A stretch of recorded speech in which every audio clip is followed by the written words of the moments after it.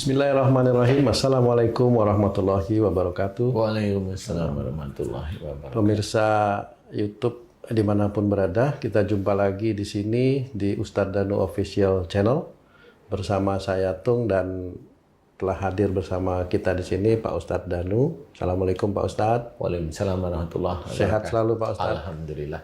Alhamdulillahirrabbilalamin, kita panjatkan puji syukur kehadiran Allah karena masih diberikan nikmat sehat, nikmat iman, sehingga kita masih bisa bertemu di sini di Ustadz Danu Official Channel. Saya ucapkan banyak terima kasih kepada sahabat-sahabat beriman dimanapun berada yang telah menyaksikan acara ini. Mudah-mudahan selalu diberikan kemudahan oleh Allah untuk kita bisa meningkatkan iman dan takwa kita. Amin. Pak Ustadz, ini dari beberapa tayangan kita yang lalu, itu ada yang bertanya Pak Ustadz, itu mengenai orang yang terkena santet ini dari Kusminah ya. Dia menanyakan begini, Assalamualaikum Pak Ustadz Danu, mau tanya Pak Ustadz, orang yang kena santet meninggal itu arwahnya ditawan atau dibuat budak dukun yang minta nyawanya Pak Ustadz? Bagaimana ini, tolong dijelaskan. Ini agak lucu pertanyaan, tapi mungkin perlu juga kita luruskan ya dari dari pemikiran teman-teman atau teman-teman kita di Indonesia ini Pak Ustadz. Bagaimana menurut Pak Ustadz penjelasannya? Monggo Pak. Ya, sebelumnya Assalamualaikum warahmatullahi wabarakatuh. Waalaikumsalam warahmatullahi wabarakatuh. Sedulur-sedulur, teman-teman, sahabat beriman yang dirahmati Allah. Memang jarang sekali orang itu memahami orang yang matinya kesantet itu nyawanya teraniaya, tersandera, apa terinjak-injak. Ya istilahnya kalau rohnya insya Allah kembali pada Allah Ta'ala dan jiwanya ya dia tetap ada di alam barzakh, nggak kemana-mana ya, tidak kemana-mana. Cuma memang kalau seseorang terkena sihir, nah ini seseorang terkena sihir, yang harus kita perhatikan itu adalah berarti Allah itu mengizinkan orang tersebut itu terkena sihir. Allah mengizinkan, ya. Jadi kalau Allah mengizinkan itu berarti orang yang terkena sihir berkontribusi ada kesalahan di hadapan Allah. Pasti. Ya. Karena kalau orang itu baik-baik aja, nggak pernah salah, ya nggak ada kena sihir. Kecuali orang-orang tertentu yang memang dilindungi oleh Allah Ta'ala. Orang-orang tertentu itu contoh namanya presiden, itu dilindungi oleh Allah Ta'ala. Kenapa itu dilindungi oleh Allah Ta'ala dalam hal-hal yang gaib? Ya kalau itu disantet kan nanti mati, ganti presiden baru, mati lagi, kan banyak orang nggak cocok. Iya. Jadi orang nggak pernah berpikir, kenapa umpamanya dia nggak cocok sama presiden, disantet, dibaca-bacain, kok nggak mati-mati, nggak sakit-sakit. Lah itu perlindungan dari Allah itu seperti itu. Jadi walaupun orang itu tidak disukai, banyak kok yang baca-bacain banyak, tapi masih aja sehat kan gitu ya. Kenapa? Karena memang mereka dilindungi oleh Allah Ta'ala. Karena mereka dilindungi karena apa? Ya itu hanya Allah Ta'ala. Agar negara itu tidak gonta-ganti presiden, akhirnya negara itu hancur istilahnya. Termasuk gubernur, petinggi-petinggi itu juga dilindungi oleh Allah Ta'ala. Oleh Allah, ya dia seorang muslim atau enggak, ya dia dilindungi oleh Allah Ta'ala. Ya, nah perlindungan inilah mereka itu kadang-kadang nggak pernah paham. Mereka mengandalkan kerisnya, mereka mengandalkan paranormalnya gitu. Ya karena mereka nggak tahu, tapi nggak apa-apa, seneng-seneng aja. Kalau saya seneng-seneng aja gimana, sehingga mereka melakukan kemusyrikan dan mereka belum pernah mohon ampun kemusyrikan pada Allah Ta'ala. Pasti, karena itu dikira ya biasa aja. Nah, disinilah sebenarnya yang harus kita ketahui. Seseorang yang terkena sihir itu pasti Allah mengizinkan. Ya, pasti Allah mengizinkan. Apalagi sihirnya itu di mana? Di perut, mamanya kenanya di perut. Berarti orang ini biasanya di dalam keluarga sering emosional. Rata-rata seperti itu, sering emosional. Ya, salah satunya itu. Kemudian karena suatu hal dia terkena sihir. Kemudian ada yang memang diberi tenggang waktu oleh Allah Ta'ala sehat, tapi sehat itu dalam arti ya kesurupan terus-menerus, nggak bisa disembuhkan. Banyak sekali seperti itu. Kasus-kasus yang saya alami di siraman kolbu di MNC itu seperti itu. Sudah 5 tahun, 10 tahun, 15 tahun, 20 tahun. Dia udah cari pengobatan kemana-mana aja. Termasuk ke saudara-saudara kita yang itulah ya, yang dia baca-bacain itu. Jadi ya memang belum bisa, karena memang beliau-beliau belum memahami sihir itu kayak apa. Jadi beliau itu hanya mikir, walau dibacain ini hancur, kenyataannya juga enggak, kan gitu ya. Iya, betul. Jadi intinya adalah orang tersebut diizinkan terkena sihir oleh Allah. Nah, kalau mau mengobati, berarti orang tersebut didoakan agar dosa-dosanya diampuni oleh Allah Ta'ala. Persoalan diampuni oleh Allah atau belum, kita nggak perlu tahu. Yang penting doakan itu. Karena kalau kita itu mau memberikan istilahnya, menyembuhkan istilahnya, ya dasarnya harus itu. Jadi urutan orang itu sakit itu kenapa? Wa ma asabakum min musibatin fa bima kasabat aydikum. Apa saja musibah yang kau terima itu disebabkan dari buah tanganmu sendiri. Berarti kalau dia terkena sihir, berarti itu juga dari tangannya sendiri, yaitu kesalahan dan dosa-dosanya. Kalau udah kesalahan dan dosa-dosanya, ya kita mohonkan ampunan. Itu kunci pertama, mohonkan ampunan. Kemudian kalau sihir, ya sudah, sihir itu apa aja yang dipakai, benda-benda sihirnya. Itu harus kita mohonkan kepada Allah Ta'ala agar dihancurkan. Karena punya kekuatan itu Allah, bukan kita manusia. Ya kan, kalau kita manusia itu kekuatan dari mana? Kalau orang bisa aja bilang orang jin. Nah iya, karena dia memang mintanya tidak pada Allah Ta'ala. Dia hanya pada kekuatan dia sendiri. Kalau saya mintanya pada Allah Ta'ala. Kenapa? Memang saya nggak punya kekuatan apa-apa. Nah, proses inilah nanti akan dipertimbangkan oleh Allah Ta'ala. Dia diberi kesembuhan oleh Allah Ta'ala, sembuh total atau masih separuh, itu hanya Allah Ta'ala. Ya, kalau momennya sakitnya udah 5 tahun, udah 10 tahun, terus ketemu sama saya sekali di siraman kolbu, terus mintanya sembuh, lah minta sama siapa? Gitu. Dalam waktu 10 menit. Dalam waktu 10 menit itu minta sama siapa? Gitu. Tapi yang terjadi, alhamdulillah kan setelah didoakan Pak Ustadz, mereka juga pada agak enakan gitu ya. Ya, alhamdulillah memang diberi kesembuhan sama Allah Ta'ala. Sebagian besarnya iya, tetapi yang orang harus berpikir. Berarti itu nasib mereka yang ditolong Allah atau bagaimana sebenarnya? Allah aja yang mau meringankan mereka sakitnya gitu Pak Ustadz ya. Ya. Nah, kemudian kalau seseorang yang tidak kemudian mati karena santet, sebenarnya matinya juga bukan karena santet sebenarnya. Matinya itu karena Allah mengizinkan dia mati, gitu. Jadi lewat apa? Mamanya begini. Wala tulqu bi aidikum ila tahluka, dan janganlah kamu menjerumuskan dirimu dengan perbuatan ke dalam kebinasaan. Berarti di dalam ayat ini sebenarnya Allah itu sudah menceritakan bahwa orang itu rata-rata matinya itu dia jerumuskan dirinya sendiri ke dalam kebinasaan. Rata-rata. Cuma orang itu tidak pernah paham, tidak pernah tahu, gitu loh. Menjerumuskan diri ke dalam kebinasaan itu yang bagaimana? Melakukan dosa, bukan cuma maksiat, dosa.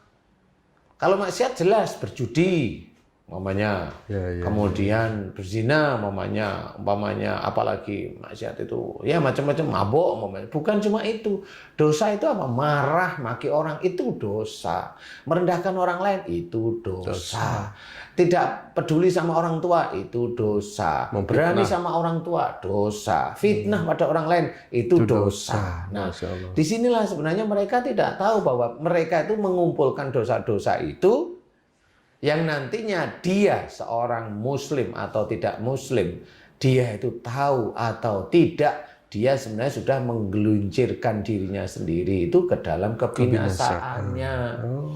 Suatu ketika kalau dia itu hobinya marah aja di keluarga, ya bisa aja dia sakit perut, kemudian beberapa bulan mati. Kayak mamanya saat ini, mamanya kita lihat nih, COVID nih. COVID ini memang saya di siraman kolbu menerangkan, ada yang turun, bisa COVID-19 karena tahunnya di 19, bisa 20, 21 dan sebagainya menurut mereka. Tetapi yang saya amati ini 19, ada, bisa aja di atasnya lagi, ada, bisa aja di atasnya lagi, ada, ini sudah turun semua. Nah, Yang COVID-19 itu hanya menularkan biasa aja, reaktif. Kalau yang sekarang di swab, yang sekarang di apa namanya, di rapid test itu dia reaktif. Nah itu yang COVID-19-nya. Kemudian yang atasnya, nah yang atasnya itu memang ada nih, dia sudah demam, dia sudah kena, kemudian ya agak-agak sesek, dia kena, dia di penjara, di penjara. Di rumah sakit diisolasi. Isolasi itu ya 14 hari, kemudian masih aja positif. Nah ini yang di atasnya COVID-19, entah teman-teman ilmuwan menamakan apa, saya tidak tahu. Nah itu bisa, kalau orang yang seperti itu insya Allah nanti dia akan sembuh, insya Allah. Tapi dia memang carrier, dia akan membawa nanti COVID itu ke semua lini.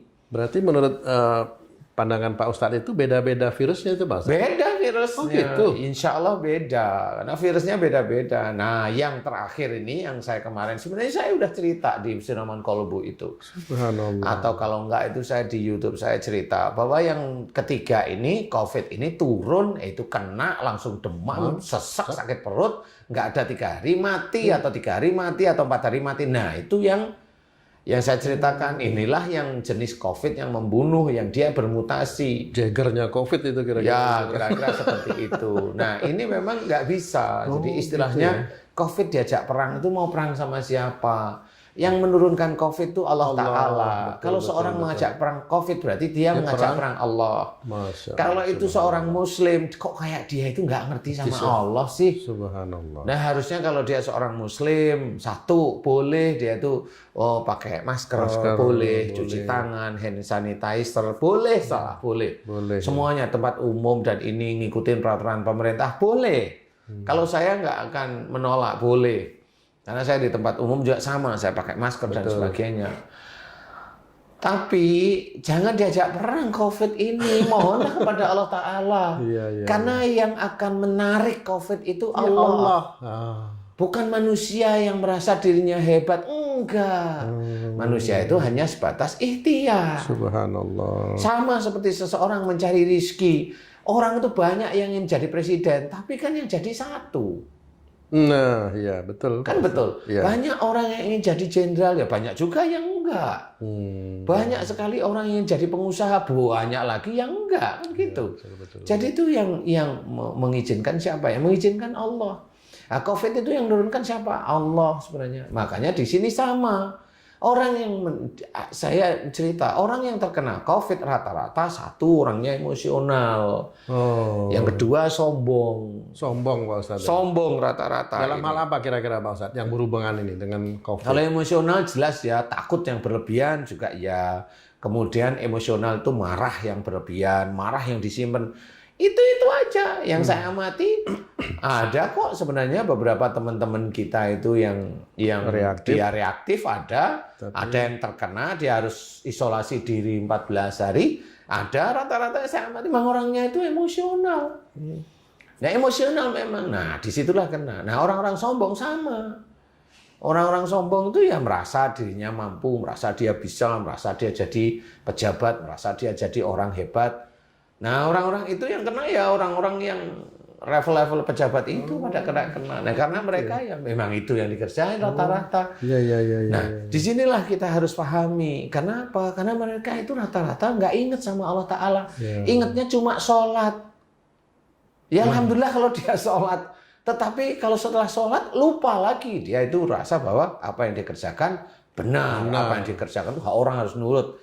Kan nggak bisa seperti itu. Belum lagi kalau mereka sholat itu untuk melancarkan keinginannya. Nah, rata-rata memang seperti itu. Bukan niatnya karena Allah. Karena niatnya bukan karena Allah Ta'ala. Nah inilah yang harus kita ketahui bahwa jangan ibadah kita itu kita jual dengan duniawi. Sholat hanya untuk jabatan, jangan. Walaupun dia itu mengawalinya dengan bismillah, tetapi hatinya itu ingin jabatannya tinggi. Nah itu dibaca oleh Allah Ta'ala. Mulut atau hati sebenarnya.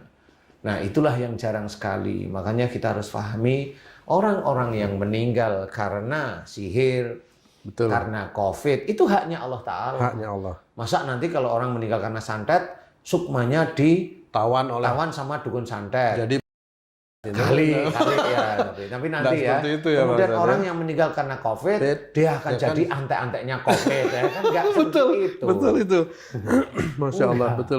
Berarti orang nanti kalau meninggalnya ketabrak truk, dia akan jadi kena truk. Iya, nggak seperti itu. Astagfirullah. Nggak Ya, semuanya ya, nggak. ya. Kematian itu haknya Allah Ta'ala. Cuma memang kita harus menjaga kematian yang akan kita inginkan itu kematian yang bagaimana, husnul khotimah atau su'ul khotimah. Jadi itu harus pahami. Kalau kita ingin benar-benar husnul khotimah, belajarlah untuk tidak melakukan dosa walaupun sulit. Tidak melakukan dosa, jangan ngomong yang ngawur. Ya. Mulut nggak ngomong, jempolnya ini loh. Ya. Sama aja itu, Pak. Sama aja ya. Dia nggak ngomong jempolnya, sama ini atribut. Perang di medsos. Ya, perang di medsos nggak usah. Allah. Ya, difitnah nggak usah diladenin, biasa aja. Nah, ini kita harus pahami bahwa kematian seseorang tentang dia matinya karena santet bukan karena santetnya, karena dosanya aja dia mati. Iya. Untuk apa? Ya kita tidak tahu untuk apa, tetapi karena Allah menginginkan dia mati. Ya, jangan umpamanya kita ini orang baik tapi kok matinya cepat, kita nggak boleh ngomong seperti itu. Ya. Itu yang tahu Allah Ta'ala. Memang dia orang baik, yang dinilai nggak taunya diemnya. Nggak taunya dia diem, hobinya memang jengkel sama orang tuanya. Nyimpen marah sama orang tuanya. Orang lain taunya ya baik. Nggak pernah ngomong, ya kan? Ya, betul. Nah, dengan begitu kita harus waspadai bahwa kalau bisa kita jadi orang yang benar-benar melakukan kebaikan. Innahum kanu qabla dzalika muhsinin. Nah, itu harus itu. Sesungguhnya mereka di dunia selalu berbuat kebaikan. Jalankan itu. Kebaikan orang muslim adalah sholat pertama. Kan gitu ya. Puasa di bulan Ramadan. Kemudian tambahkan sunnah-sunnahnya. Kemudian baca Quran. Itu kemudian apa? Mulai hormati orang tua, hormati orang tua. Orang tua kalau bicara, dengarkan bicaranya. Jangan dilawan. Nah, anak-anak zaman sekarang itu orang tua dilawan. Lah stroke lah dia. Lah iya kan, teman-teman dokter yang lain banyak sekarang stroke, banyak yang gulanya tinggi. Lah gimana? Lah anak muda itu dibiarkan sama orang tuanya. Kalau anaknya itu pintar ngomong itu dibiar anak saya pintar. Iya. Besok dia belum tua sudah kena gula. Kenapa? Orang tuanya diajak debat mulu. Dia belum sampai tua, belum umur 40 sudah kena kolesterol, sudah kena asam urat. Ya itu awalnya dia merasa hebat. Ya sudah, silahkan aja menikmati. Paling rumah sakit penuh kayak COVID sampai saat ini. Ya ini kita harus pahami, hati-hati. Islam itu rahmatan lil alamin. Ya kita harus pahami. Ayolah belajar menjadi orang yang baik walaupun susah. Yang susah itulah yang insya Allah mudah-mudahan betul-betul bisa masuk surga. Yang merasa mudah, nah itu saya juga tidak tahu. Masuk surga itu susah, masuk surga itu tidak gampang. Salah satunya adalah menjaga bicara, menjaga jempol-jempol ini, tidak ngomong ngawur, menjaga hati, menjaga pikiran. Itu susah. Nah, orang yang sudah seperti ini, yang muslim pasti akan dipilih oleh Allah Ta'ala karena ada kiroman katibin yang sering memberikan kepada Allah, memberikan catatan kepada Allah Ta'ala. Ayo kita fahami, insya Allah orang mati kena sihir tidak akan jadi. Berarti arwahnya kembali ke alam roh kira-kira. Iya, kalau rohnya kembali pada Allah Ta'ala, yang jiwanya jadi alam barzah, nunggu sampai kiamat. Ya, baik. Mudah-mudahan ini bisa menjadi pencerahan nanti. Demikian, terima kasih Pak Ustadz atas penjelasannya untuk para pemirsa yang mendengarkan, begitu penjelasannya. Ini ada satu lagi yang bertanya nih Pak Ustadz, ini mumpung agak nyambung sedikit nih dari Ibu Santia. Assalamualaikum Pak Ustadz, mau nanya, kalau ada yang meninggal karena dijadikan tumbal, apakah dia yang meninggal akan masuk neraka? Dan apakah makhluk jin ini memang bisa menghilangkan nyawa manusia? Nah, demikian pertanyaan. Mungkin ini udah dijelasin. Bagaimana kira-kira agak nyambung nggak mengenai masuk neraka gitu? Intinya, kalau masuk neraka itu kan karena dosa bukan karena mereka, tumbalnya. Ya, betul, bukan karena tumbalnya, ya dosanya. Kalau memang dosanya itu lebih besar daripada amal solehnya, ya dia masuk neraka siapapun orang itu. Kalau amal solehnya tinggi, ya dia insya Allah juga masuk surga. Begitu-begitu aja sih, yang ringan ya. Dan berarti jin memang tidak bisa menghilangkan nyawa manusia karena nyawa manusia itu haknya Allah. Kira-kira begitu ya Pak? Haknya Allah. Oh ya, baik. Ya, haknya Allah. Bikin sakit iyalah. Ya, bikin sakit bisa, tapi tidak bisa menghilangkan nyawa. Baik Pak Ustadz. Demikian tadi sahabat beriman penjelasan dari Pak Ustadz Danu mengenai pertanyaan-pertanyaan dari sahabat semua. Saya ucapkan banyak terima kasih juga buat sahabat-sahabat beriman yang ada di Taiwan, di Hong Kong, di Australia. Saksikan terus acara kita ini, mudah-mudahan ini bisa meningkatkan keimanan dan ketakwaan kita di hadapan Allah. Dan tadi Pak Ustadz sudah menyinggung sedikit mengenai COVID ya. Tolong itu diperhatikan, diulang-ulang terus, didengerin terus itu penjelasan Pak Ustadz. Kita lakukan kebaikan dengan satu catatan, karena Allah, lillahi ta'ala. Demikian sahabat beriman, jumpa kita kali ini, mudah-mudahan ini bisa bermanfaat. Kita jumpa lagi di acara-acara yang lain. Berakit-rakit ke hulu, berenang-renang ke tepian. Assalamualaikum warahmatullahi wabarakatuh. Waalaikumsalam warahmatullahi wabarakatuh.